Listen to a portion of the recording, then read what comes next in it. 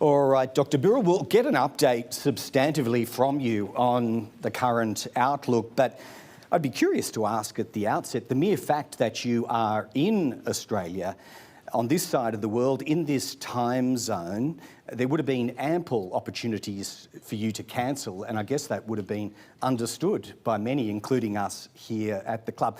Why are you here, and what does it say about the acute energy security exposure of the Asia Pacific that you are here? Why I am here?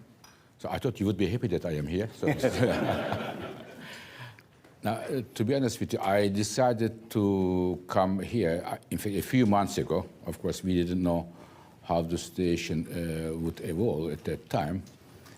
And looking at the crisis we are in, Asia is at the forefront of this crisis. I started today with Australia. I am having this event, and afterwards with the Prime Minister.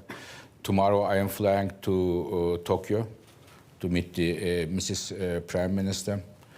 Maybe afterwards another Asian country, because this part of the world is at the forefront. So I thought I should come here, consult with our member governments and others, and back to Paris Friday morning for a G7 meeting. All right, I can imagine the demands on your time are relentless at the moment. Why don't you give us the latest assessment of the situation? Firstly, on the war itself, if you can see through some of the public bluster, many of us can't, but perhaps you can. What do you think the situation is with supplies, with the Strait of Hormuz? The situation is very severe, I can tell you that. In fact, as it started some 3 weeks ago, I decided not to talk to press 3 weeks. But last Friday, I thought I should say a few things, because I thought the depth of the problem was not well appreciated by the decision makers around the world. Let me explain you how challenging the situation is. Many of us remember the 2 consecutive oil crises in 1970s, 1973 and 1979. And at that time, in each of the crises, the world has lost about 5 million barrels per day. Both of them together 10 million barrels per day. And after that, we all know that there was major economic problems around the world, the recessions. And today, only as of today, we lost 11 million barrels per day. So more than 2 major oil shocks put together. Plus, after Russia's invasion of Ukraine, the gas markets, especially in Europe, we lost about 75 billion cubic meters, 75 BCM. And as of now, as a result of this crisis, we lost about 140 BCM, almost twice. So the situation is, if we want to put in a context, this crisis, as things stand now, 2 oil crises and 1 gas crisis put all together. And, if I may, not only oil and gas, some of the vital arteries of the global economy, such as petrochemical, such as fertilizers, such as sulfur, such as helium, their trade is all interrupted, which would have serious consequences for the global economy. It is the reason I decided to make statements, and I understand now it is better understood. I appreciate you're not a political commentator, but you are an analyst of the situation. You'd be aware that President Trump has issued this public ultimatum to Iran to reopen the Strait of Hormuz or face further attacks on power plants, water infrastructure and the like. Do you see any prospects for negotiated, even if only partial, guarantee of safe passage of shipping through that strait? So I will not make any political or military comments, but you mentioned a few minutes ago what we have done as International Energy Agency in order to comfort the markets. On 11th of March, we released 400 million barrels of oil, which is historic. We have never released so much oil to the markets. And it was not the easiest thing, but we had a unanimous decision of all our member countries. After we announced this, oil prices went down by $18, which is a good reduction. But after the bombings and started, they all went up again. Now we have recently released some demand-side measures, how we can reduce the demand. But what we are doing is, to be very frank, to reduce the pain on the economy. The single most important solution to this problem is opening up the Hormuz Strait, as things stand now. So just on the 400 million barrel release, as you say, prices went down, but they've well and truly come up since then. Brent crude at 112 US a barrel. What can you say about the success of that intervention, that release program, given where prices are and perhaps where they're still to go? Was it about price capping or was it about security of supply? So two things. One, as soon as the information was available about our stock release, it went down by $18. It gave a comfort to the market. Plus, when I announced this, during my announcement, I said, this is only a portion of what we can do. It is only 20% of our overall stocks. If needed, we can put more oil in the markets, both crude oil and products, if it is needed. So therefore, again, our stock release will help to comfort the markets, but this is not the solution. It will only help to reduce the pain on the economy. So, okay, well, 10, 11 days have passed since that announcement. Mm-hmm. Are you mobilising for further releases? Do you see conditions are necessary for further releases? Now, currently, I am consulting with the governments, as I said, in Asia, in Europe. I am on a daily basis in contact with the colleagues in North America and in Middle East, with Saudi Arabia and others, as well as other major consuming countries such as India and China. We will see, we will look at the markets. If it is necessary, of course, we will do it. But we will look at the conditions, we will analyze, assess the markets and discuss with our member countries. So what might be a trigger for that, in that making of the decision on what is necessary? Is it a price benchmark? We are hearing estimates, and you are too, from Saudi Arabia, if this drags on into April, of hitting $150, others comfortably predicting 120. What's the level at which a further intervention might be required? I wouldn't quote any specific price level, but I have to discuss with my member governments and make a good assessment of the markets, and then I will move afterwards. Many countries are starting to adopt defensive positions on their own fuel stock holdings presently for different reasons. Iraq has declared contractual force majeure on supplies from some of its plants. China, at least until the end of March, has put a pause on exports of petrol, diesel and jet fuel. Do you view this as an expanding trend from major importers and refiners?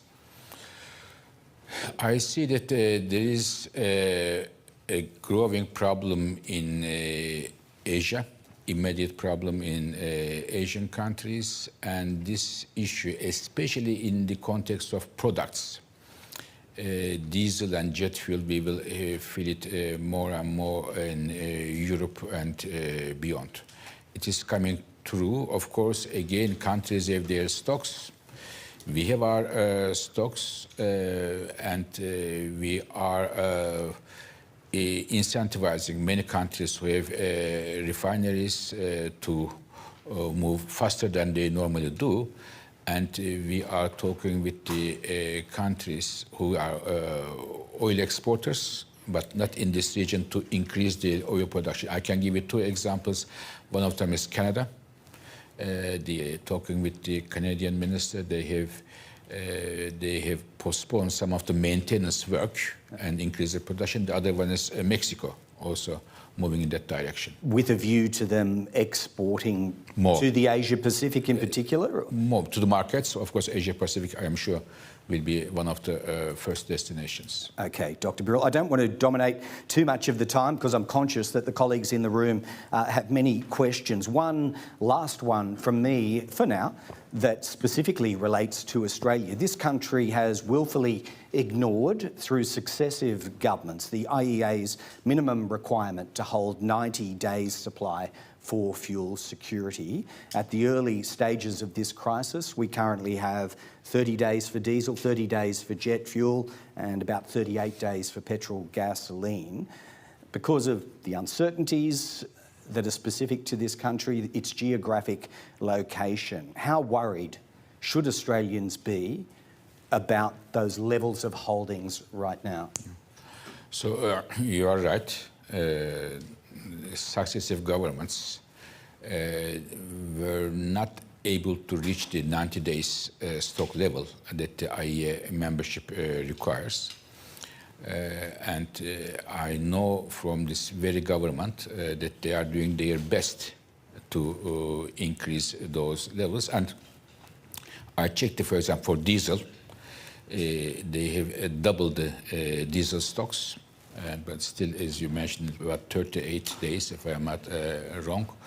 And I very much hope that after this very event, there are some positive steps in that direction. But let's don't forget that Australia also makes a major contribution to regional energy security.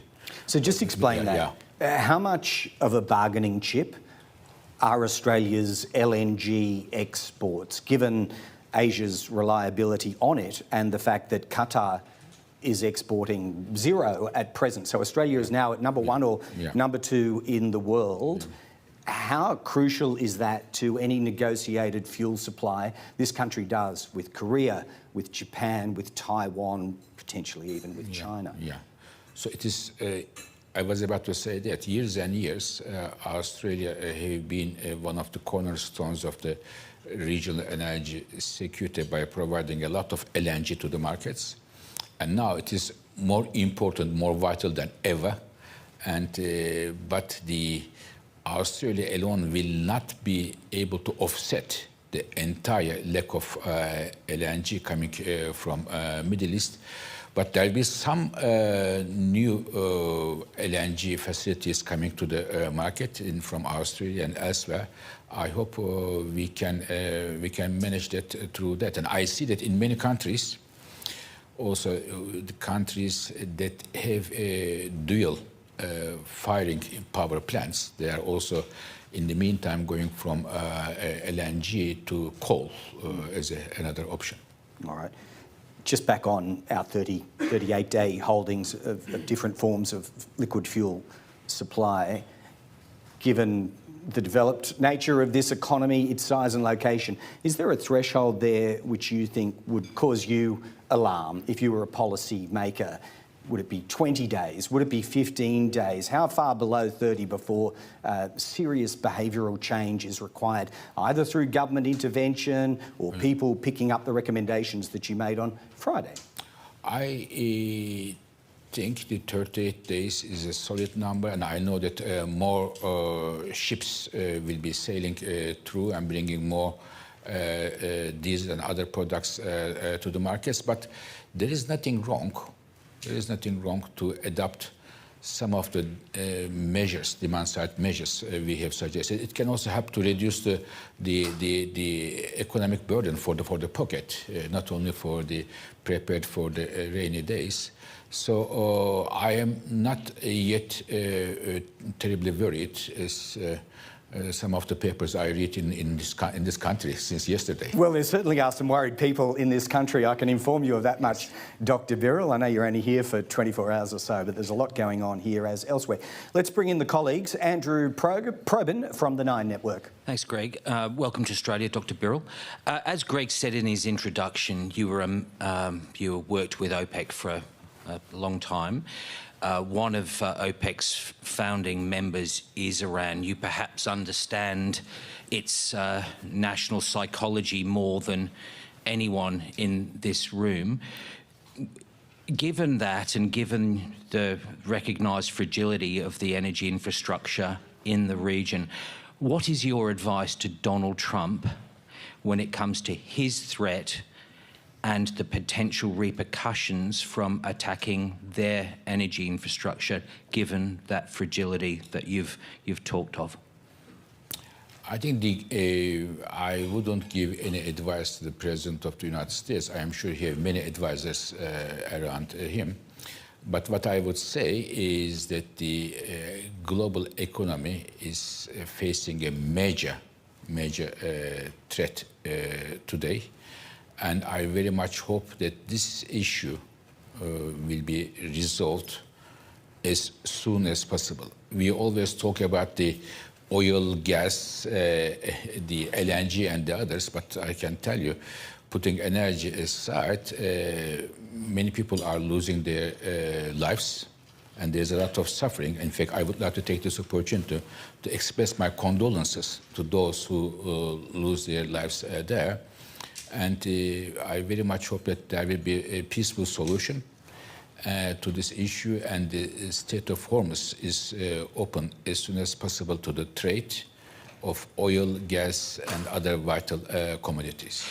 Iran's relationship with its other OPEC colleagues has been somewhat strained over many decades. What can you tell us of their attitude when it comes to their own energy, and how perhaps that might influence their behaviour?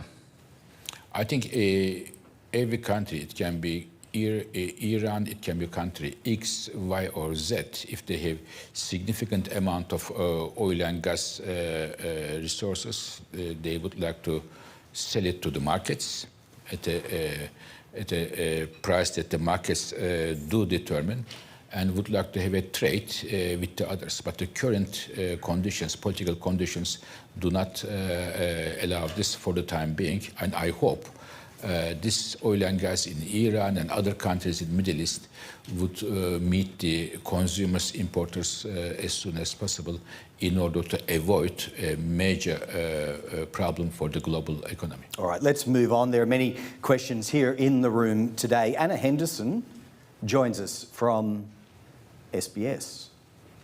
Thank you, Dr. Birol. Could I ask you whether you're having these meetings with the Australian government, including the Prime Minister, would you like to see the Australian government encouraging more of those household decisions to try and conserve energy at the moment? Your report talks about working from home, reducing highway speed limits, avoiding business air travel. Do you think that the Australian government needs to really lean into encouraging Australians to do more of that now? Are you surprised that we don't have fuel rationing in Australia already? And just finally, at some stage, do you think Australia will be obligated to share fuel with Pacific neighbours that don't have a lot of fuel supplies in their own countries? Mm-hmm.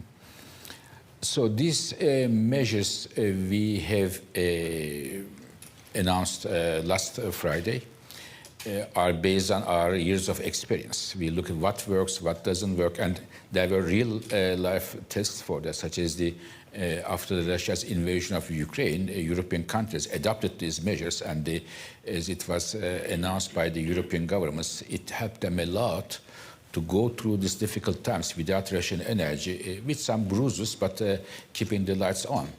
So as soon as I announced them on Friday, we heard from many governments in Europe, but also this part of the world, they have already adopted some. I heard from Indonesia, I heard from Cambodia, Vietnam, UK, and the others. It is up to governments to pick up. Every society has its own habits, its own culture.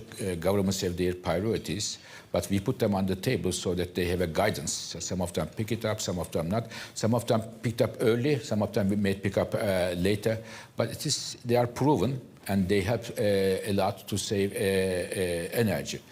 If it is not for the sake of the stocks or the crisis, it is good for saving energy budget for the households and for the industry. I will, of course, I discussed this morning with my colleague and friend, Chris Bowen. I will discuss this afternoon with Mr. Prime Minister. I will share with them. Again, it's up to them to pick it up or not. But the other question, whether Australia should support the Pacific Islands and the countries around Australia, I think if the conditions lead us to that point, I am sure as Australia is a great friend of those countries, they will do so without hesitation if the conditions allow them to do. Sorry to interrupt, but do you see it as an obligation or something that the Australian government will just decide if they can spare the fuel? I think they feel good enough for those countries, strong enough for those countries, close enough for those countries that they will do if the conditions are needed. All right. Mike Foley is here from the Sydney Morning Herald and The Age. Thanks, Dr. Birol. You mentioned, Australia as a cornerstone of global energy exports with our, LNG and coal industries, but Australia is also a major importer of refined fuels, more than 80%, as you know. We've seen, China starting to reserve their fuel exports, and that could be a risk to Australia. Just wondering what you could tell us about the impacts to global energy markets and to energy supplies in the region if there is further reserving of refined fuel exports, and also do you have a message for nations that may be starting to reserve fuel exports? I think this is the challenge we are facing is a global challenge. I think no country will be immune to the effects of this crisis if it continues to go in this direction. So there is a need for global efforts around the world. It is the very reason that we are, as International Energy Agency, talking with all the governments you mentioned, from the Chinese government to US government, the Middle East, here and in Europe, to make everybody come together and make their best to address this issue. So I think it is, of course, every country first looks at its own domestic interest, but in such a situation, to have serious export restrictions without justification might not be something which gets plus points from the international community. Could there be a threat to the levels of necessary global refined fuel exports? Will there be shortfalls if that reservation kicks in around the region? I wouldn't pinpoint any country, but I really hope, I insist that it is a major problem for everybody, and all the countries should make their best in order to address this issue altogether. And if a country, without justification, restricts its export of refined products, this country will not get plus points from the international community. Thank you. From the ABC, Samantha Dick. Thank you very much, Dr. Birol. Electrification is widely seen as a way to reduce the world's exposure to global energy shocks, but Australia is not Europe. Our freight has to travel very long distances and it runs mainly on diesel. Our uptake of electric vehicles has also been comparatively slow as well. What are some of the unique challenges that Australia faces in this area, and what can the government be doing about it? In the area of transportation? Yes. Okay. So If I can I give a bit of longer answer to this? You're our guest. Okay, thank you. So I would like to say the following. When you look at the 1970s, the crisis that we went through all together, there were a major policy response around the world after it finished. There were at least three important areas that this response reshaped the energy world and the geopolitics of energy. The first one was we have seen huge amount of wave of nuclear power built around the world, 170 gigawatts in a very short period of time. About 40% of the nuclear power plants we have today were built as a response to this, the oil price shocks. The second one was on the car or transportation sector. Just before those oil price crisis, an average car in the world for 100 kilometers consume about 20 liters of gasoline, and as a result of fuel efficiency measures, it is halved in 10 years of time. So you need about 10 liters. The third one was the diversification from the regions that countries thought this is a risky one.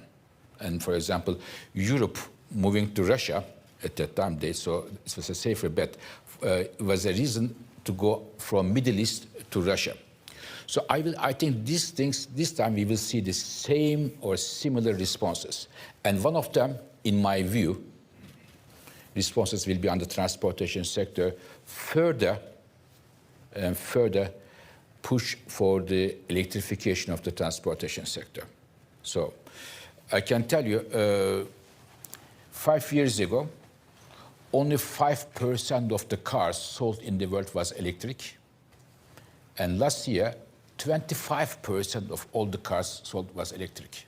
And I think what happened now will give a further boost to transportation sector among other areas. And Australia, I know in Australia, a bit, as you rightly mentioned, a bit behind Europe and China and even some of the Asia-Pacific countries, but I expect in Australia and other parts of the world, we will see further electrification of the transportation sector. Since you mentioned it, do you think this current crisis should or could trigger a policy rethink in this country about nuclear energy? I think, I mean, many people know here, I have friends since following, I am very bullish on nuclear power. I can tell you, you mentioned I am in France, in Paris, another beautiful city like Canberra.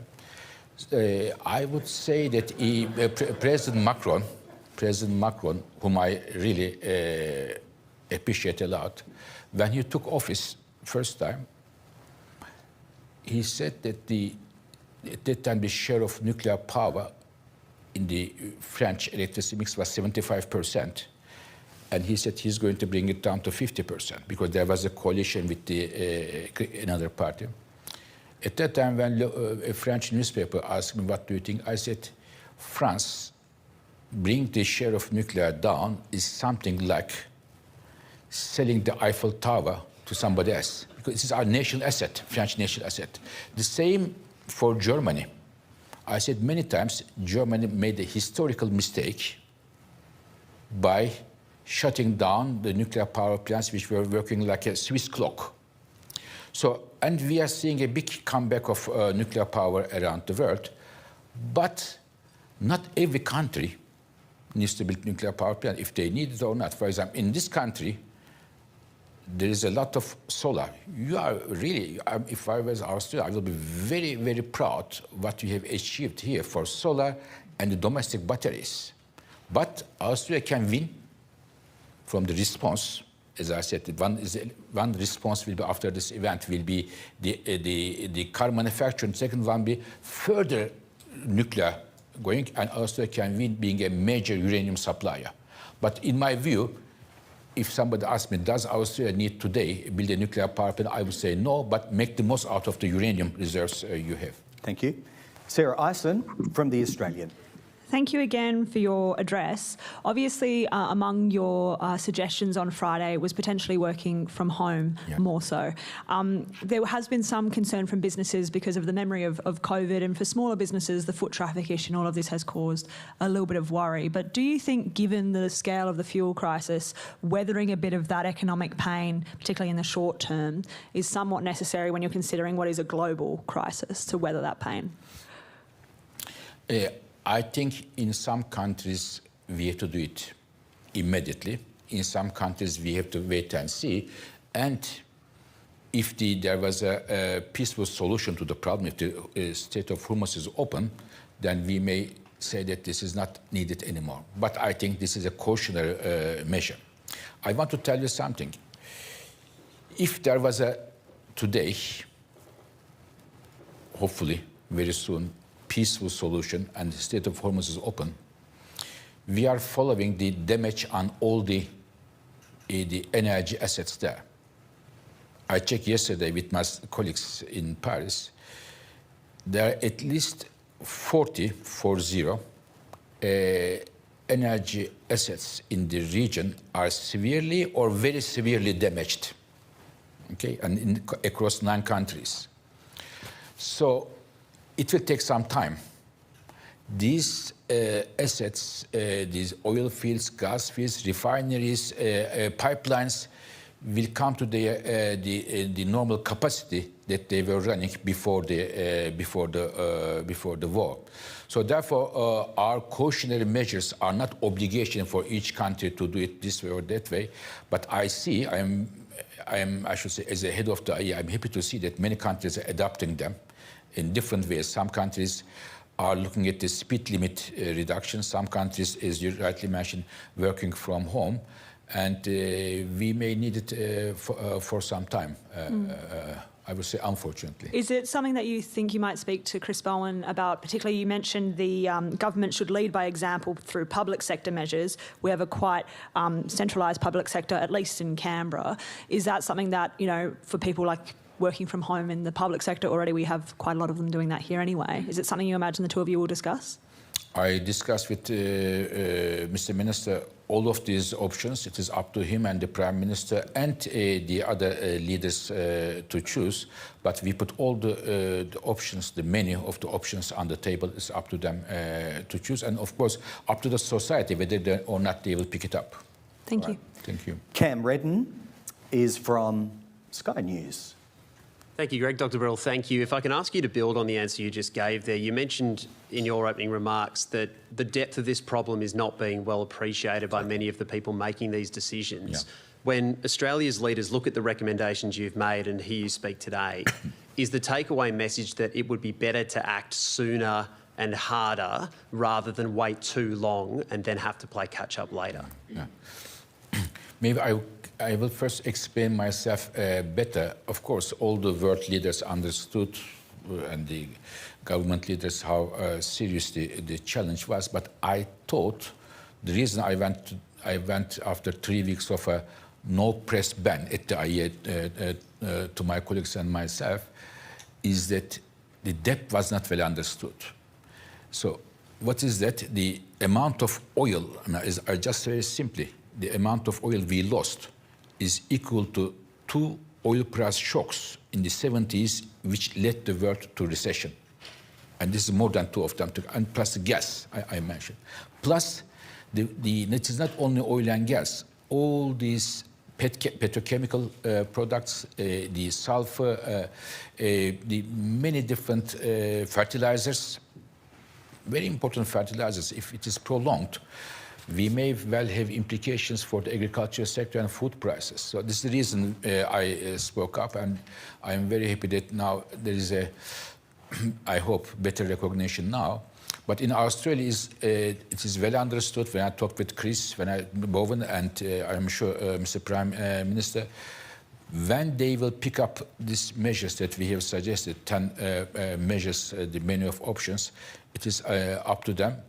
We shouldn't be too late, but we shouldn't be just jump on it. It's up to governments to assess the countries, the energy situation, and make their decision accordingly. But I put all the options on the table. When you made those recommendations, like greater use of work from home, did you have in mind a COVID-style mandate? And do you think the public in some ways might be more accepting or less accepting because of the COVID experience? I think the different parts of the world have different reactions. For example, in Europe, the effects of the crisis are not well understood yet, but Asia is at the forefront. If I had this press conference in Europe, I would have received different questions and different manner.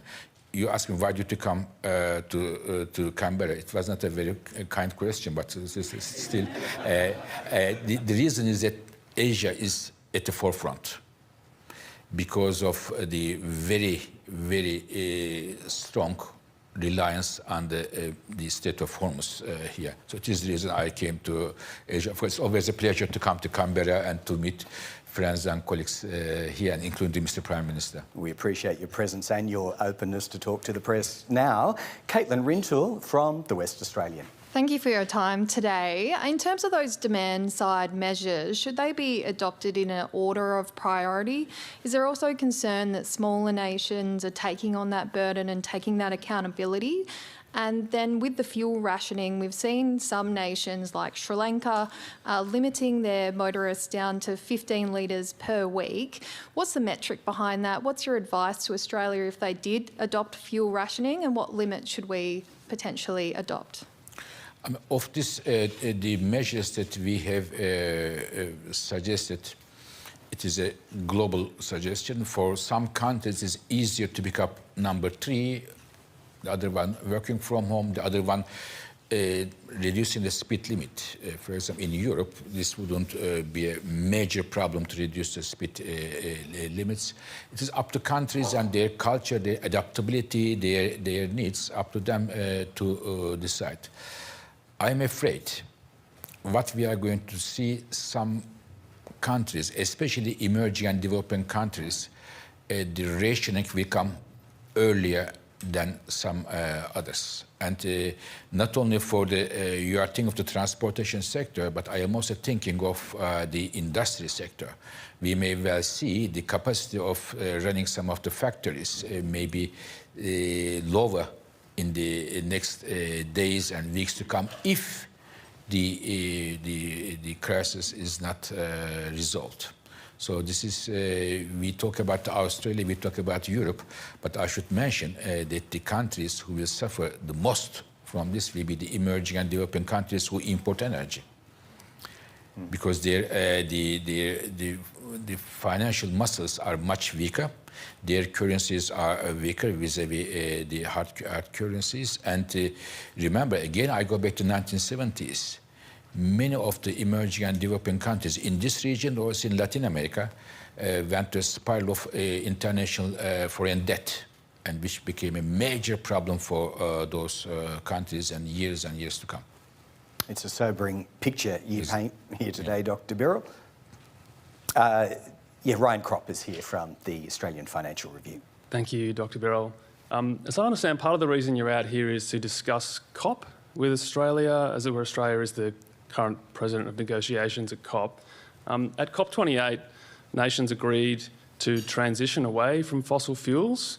If anything, this crisis has shown how reliant the world still is. Do you think that this crisis will slow momentum for the energy transition, or will it accelerate it? I mean, you've spoken about transportation, but more broadly. Yeah. So it is great that I get a question about COP31. You have the AFR, you said, no? Yeah. Okay, very good. So I think COP31 hopefully will be an occasion in order to accelerate the transition to advanced technologies, including clean energy. And I am very happy that Australia and Turkey are going to co-lead this effort. I was last month, I had a meeting with the President of Turkey, Mr. Erdogan, and I am happy that I am going to meet tomorrow the Mr. Albanese. To be honest with you, clean energy transition is going very strongly. If I may, I give you one number. Last year, of all power plants installed in the world, all of the entire world, all power plants, oil, gas, coal, nuclear, renewables, 85% were renewables. 85% renewables, out of which only solar, 75%. And it is amazing. 10 years ago, solar was a romantic story. But now it is a business. People go for solar. Another one which got a big push in the last year was batteries. The batteries installation increased about 40% increase. And here, again, Australia, the domestic batteries, a big push there is something noteworthy. So I very much hope that these areas, the Australia and Turkey together, use the COP31 in order to accelerate this effort. Maybe one last point, COP28, the decision was taken that the renewables would grow by a factor of 3. In fact, we have suggested that. And as things start now, renewables will grow not very far from that, 2.6 times to that. And I expect, again, one of the responses to this crisis will be acceleration of renewables, because not only because they are helping to reduce the emissions, but they are also homegrown domestic energy source, and they will also increase. In Europe, for example, after Russia's invasion of Ukraine, one of the measures that the countries push was the renewable to increase even faster, and they have simplified all this licensing and permitting processes.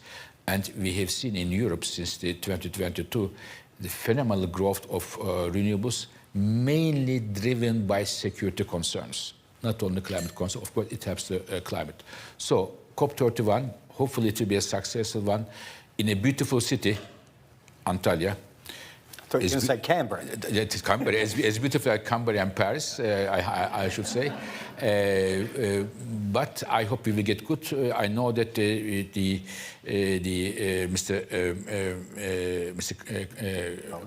Mr. Brown and Mr. Krum are working very good together to have a successful one. Thank you. Right, we'll keep pushing through our list of journalists in the room. Corrie McLeod is from Innovation Oz. Thank you for being here. The Australian government earlier today set out its expectations for the data centre industry, part of which includes that the data centre projects must meet their energy needs through investment in renewables and battery tech and ensure they don't impact energy pricing for consumers and local businesses. Australia is about to take on a huge amount of investment into the country. From your experience overseas, what do you see as the best strategies for enabling digital infrastructure but safeguarding energy grids and prices? So data centres and in general artificial intelligence is, in my view, the most consequential innovation of the humanity up to now. It will change a lot of things, changing from defense to economy, from economy to the social life. And there is a race among the countries, US, China, Europe, Australia, India, Middle East, who will be has a good position, pole position in the race of artificial intelligence. It's a very serious one. What will determine this? Who will win the race? Two things. One is the technology, the software part. The second one, and for me it is very important, is the who will have a lot of electricity. Lot of electricity. And because for the data centers, you need electricity 24/7. 24/7 electricity. And just to give you a order of magnitude, one medium-sized data center, okay, consumes electricity as much as a town with 100,000 households. So huge. They eat, they are very hungry for electricity. Now, Therefore, I believe countries like Australia, which has a lot of resources, need to generate electricity as much as possible. And in fact, if you look at it globally, I have called 2 years ago that we are entering the age of electricity. What does it mean? It means the following. We will still use oil and gas. There have been oil and gas colleagues here. They shouldn't be uncomfortable. We'll use oil and gas. But the electricity demand globally is now growing 2 times faster than total energy demand, driven by the, as you mentioned, the data centers, electric cars, and you would be surprised, increasing number of air conditioners around the world. Okay, so therefore, who will generate how much electricity is important and the cost of electricity? This will determine the data centers and who will win the AI race. So therefore, when I talked with Chris Bowen this morning, I was very heartened that he keeps an eye on the electricity sector and will try to do as much as possible in order to bring more electricity to the markets, feeding the data centers, feeding the electric cars, and of course the households and the beyond. I think he is very busy on that front, and that was before we got to the current crisis. Tom McElroy is here from The Guardian, Australia. Thank you for taking our questions, Dr. Birol. Could you give us a sense of the contribution you think renewables are making to mitigating the current crisis around the world? You've said you hope they increase. How significant is the difference between this crisis and the previous oil shocks that you've discussed? So the previous oil shocks were, I mean, many of you know, I have John Ryan, one of the veterans of one of my colleagues at the IEA board. Many of you may remember it had devastating impacts for the global economy. And but at that time, when we respond to that crisis, we didn't have much options as much as we have now. We have more options to deal with that crisis. What are those options? One of them is renewables came to maturity. I mean, think about the renewables 50 years ago and now, solar, wind, we were nowhere close to this one. So we have a lot of opportunities here, and plus, we should not underestimate the growth coming from the batteries. This will be a big game changer in terms of the solar and wind becoming a even bigger part of the energy sector. Plus the nuclear power. Nuclear is making a big comeback. I can tell you, I have said it 4 years ago, and it's coming very, very strong. This will also help to that. And therefore, renewables will play a big role here, and not driven by again, climate change concerns. The main driver will not be climate change. The main driver will be energy security. It's homegrown. So I have to tell you, perhaps one thing about, can I say something positive about Australia? Yes, okay, please. Thank you very much. So I believe, when I look at a few things, the resources that Australia has, from LNG to lithium, from lithium to copper, from copper to cobalt, and all of these things, number one. Second, Australia's reputation being a trustworthy partner. This is something very important, especially will be more important after this crisis we go. Not only that region the problems are, but more globally. This is the second one. And third, in my view, very important, you have I can tell you have a very good here in Australia government. I know Prime Minister, I know Chris, I know Madeleine King, they have a very good team. I really hope that Australia make a big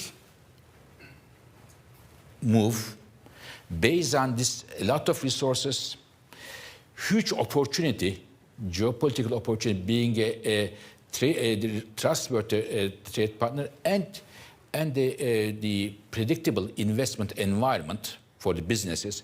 Bring this all together, Australia can well be a rising star of the global energy economy, because you have everything here. So this is what I would like to say. And I am very hopeful. Well, that's an optimism you don't always hear reflected in public debate in this country, so it is interesting and I speak based on, I'm a man of numbers. I speak based on numbers here. All right. Jessica Wang is from the Daily Telegraph. Thank you, Dr. Birol, for your time. I was wondering if you might share your reflections on what you see as the responsibility of governments in communicating the depth of the problem, as you put it yourself, not just to business and industry, but to ordinary households, and whether you think ordinary households are prepared for the scale of the problem presented by the conflict in the Middle East, especially when it comes to the behavioural changes that might be asked of them as this conflict continues. So this is a crisis situation, and when there's a crisis and when there's a problem, who will be in charge? The governments. So I think the main responsibility to address this problem will be governments, and in different parts, in different sectors, governments need to, expected to take the measures in order to protect their economies, their citizens, their businesses. The primary responsibility lies with the governments, with the help of industry, of course, with the help of citizens.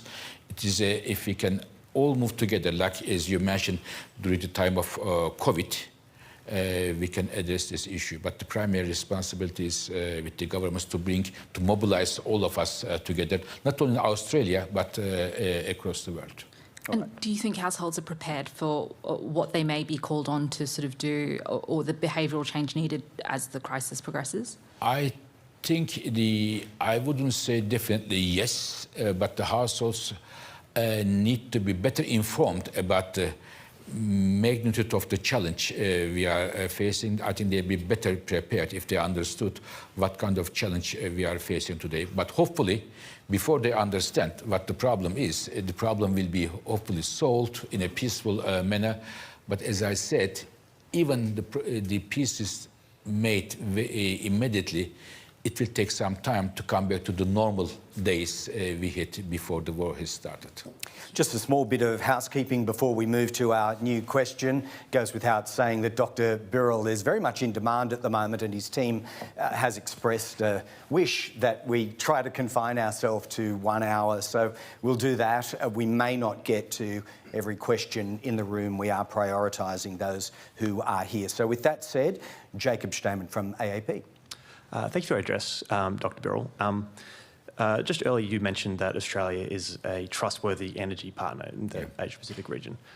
There is a sense among many in the Australian community that Australian taxpayers don't receive a fair share from Australia's oil and gas resources, and especially when compared to countries like Norway, which have a higher share of royalties from exports. I just want to get your take on how increasing taxes on gas exports would impact Australia's standing in the region as a trustworthy energy supplier, and also wanted to see what you thought the role of oil and gas companies was in supporting consumers through the crisis. Yeah. I think the oil and gas companies, I talked with many leaders of the oil and gas companies around the world, and I know that they are all, the ones I talk, they are all ready to overcome this difficulty with the citizens of their countries and beyond. Now, one of the important things for, and I can tell you, I don't believe that the companies will move in a greedy manner. I expect that they move in a direction of supporting the efforts of the governments. Coming back to taxation, additional taxation here, it's up to governments to decide what they are going to do. But for the countries like Australia, which is a AAA reputation for predictability, for investments, I would be very careful to implement the sudden, abrupt changes to the tax regimes. I will be thinking what are the implications for getting further investments, because the investors, I can tell you, it is a metaphor that I use. I am also the chair of Davos World Economic Forum Energy Board. I tell the investors that energy investors are like butterflies. When they are scared, they fly away. So we should be careful. A country like Australia, which will hopefully make more of its resources, that those companies feel that the investment framework is predictable for them. But at the same time, it is important that the consumers, citizens of this country, which are the real owners of the resource endowment, get their fair share from the profits that those companies are making. Yeah, that's resource taxation that you're talking about. What about consumer taxes like excise? I see that the Austrian government, perhaps first among European nations, cut theirs late last week or on Saturday. It's been kicked around as an option here. Is that productive or counterproductive to supply and security right now? So one thing I want to say before our city, because I live in Vienna many years, by the way. It's also a beautiful city. Talking about the beautiful city, it's also a beautiful city. Not very exciting like Canberra, but it's very, very beautiful city. I would say that the short-term measures and their consequences, we have to think very carefully. There may be short-term measures to protect the consumers, temporary measures, but to play with the taxes may give the wrong signal to the consumers in the long term. I can accept it for a short term, for a short period of time, but we should be careful about giving the signal in the long term to the consumers. Okay, well, acting in good faith with Dr. Birol, we will only have time for one more. We are really trying to land this as close to bang on the hour as we can. So apologies to those we won't get to today. But with that said, the final question goes to Ron Myerson from the AFR. Dr. Birol, thank you. Perhaps I'll get you to end, hopefully on a hopeful note. Could you give us your view in 10 years' time, a bit of blue sky thinking? What does the world energy market look like for the best outcomes for the global consumers? 10 years is easier than 10 hours in this context we are in. So I don't know when some of the countries wake up, what will they decide? But 10 years, I see that we will see some technological advancements going through, whatever happens, especially these things will, in my view, further push some technologies, in my view. Solar, not as much as solar, but followed by wind. Nuclear power, including small modular reactors. We will see a major transformation of the automotive sector. It is very difficult to step in front of that, but we will still use gas, natural gas. We will still use oil, and in my view, we are going to use energy much more efficiently than today, globally. But if I may, there is one continent we never talk about, which is a continent I feel very close to, which is Africa. So I really hope that we can see Africa having access to electricity. Half of Africa doesn't still have electricity. And I know that Chris Bowen, I discussed with him, he's very keen to put Africa, electrification of Africa, and in general electrification at the heart of COP31, which made me very happy. So I really hope that I am an energy person. I see that as you rightly announced, I worked for OPEC before many years. I followed this. Energy and geopolitics were always interwoven. But I have never ever seen that the geopolitics was dominating the energy sector as much as today. The dark and long shadow of geopolitics and all over energy sector now, and I hope we will see the days that energy is a part of economy, technology, business, and brings happiness to the people rather than being at the center of this geopolitical tensions today. This is my sincere hope. Thank you. Well, there's a little bit of something there for everyone, I suppose, a bit of real-world politic as well as some optimism for the future. And it's perfectly understandable that Dr. Birol is living his life in 10-hour chunks at the moment as he moves around this planet. He is very much the man of the moment, and the world is looking to leaders to try and provide some direction during these times. And I think you have today. Europe, as you say, Dr. Birol will soon wake up and start working for the week, and no doubt your comments will be widely reported from here to around the world. So we're fortunate that you've been so generous with your time. Will we all please say thank you to Dr. Fatih Birol. Thank you very much.